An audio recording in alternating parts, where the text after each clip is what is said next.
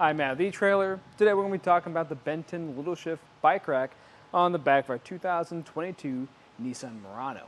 Now this is going to be a great one if you're going on your solo rides. You want something that's just going to be super simple to use and is going to be very versatile. So let's check it out.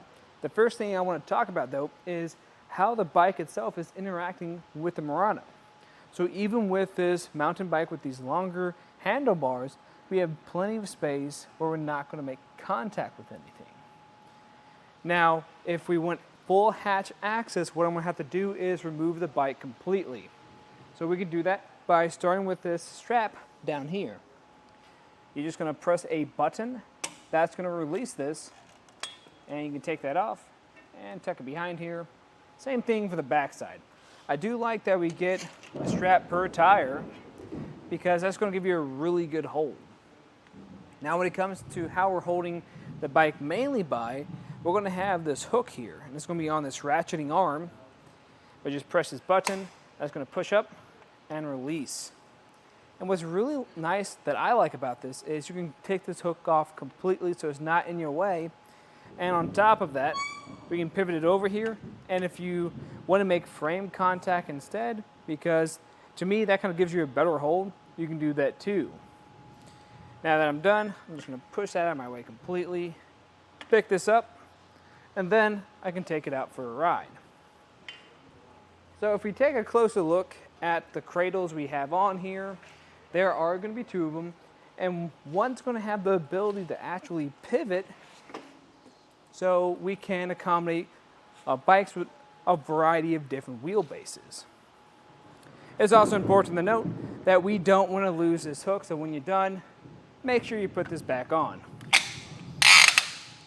And when I do this, I'll typically put it on like this and push up. So when you're on the road, it's not going to bounce around on you. And make sure you put these straps up just so it looks better.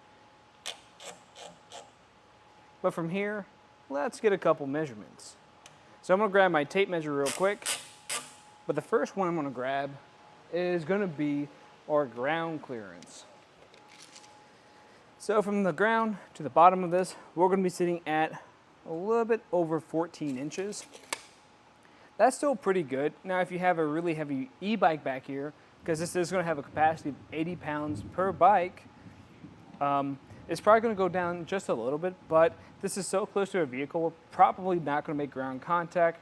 I do recommend though just keeping a close eye on it if you're going up any steep inclines. Now for the total distance away it sits, this is going to be just about 18 inches. So 18 inches is pretty compact for most racks out there. The reason why it sits out this far is because this is getting us more clearance here to really be easier to take this on and off when we're messing around with that bolt. I'll talk about that in a little bit, but first let me just point out how much space we have here.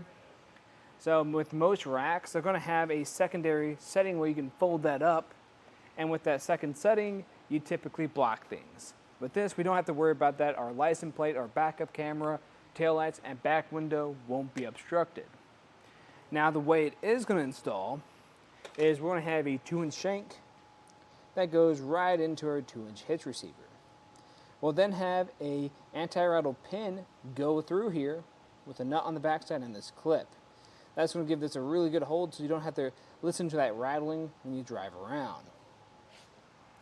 Now in my opinion, I think this is going to be a solid option for anyone who's looking for something that's just going to be easier to work with and can carry a lot of different types of bikes. But of course, if you have any other questions, please let us know here at eTrailer. But again, I'm Matt, and thanks for watching.